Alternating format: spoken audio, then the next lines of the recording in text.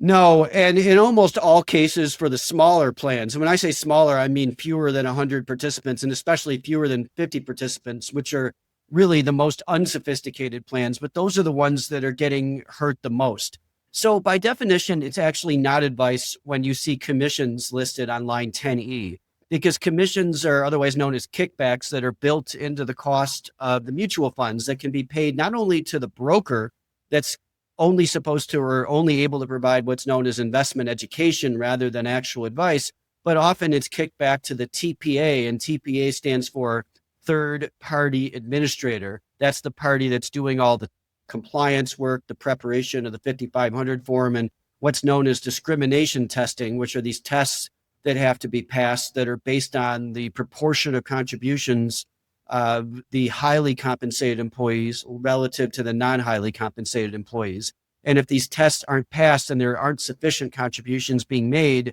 amongst the non-highly compensated employees, then the highly compensated ones get what's known as redemption checks at the end of the year. In other words, they're not able to max out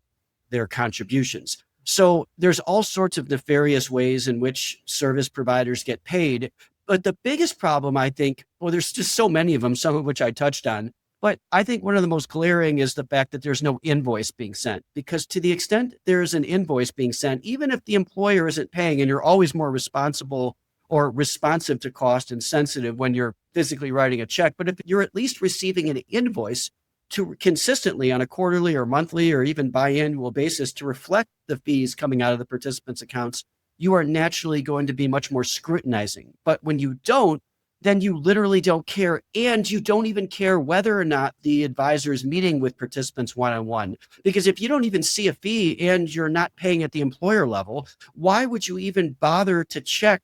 the extent to which the participants are even utilizing the advisor's services?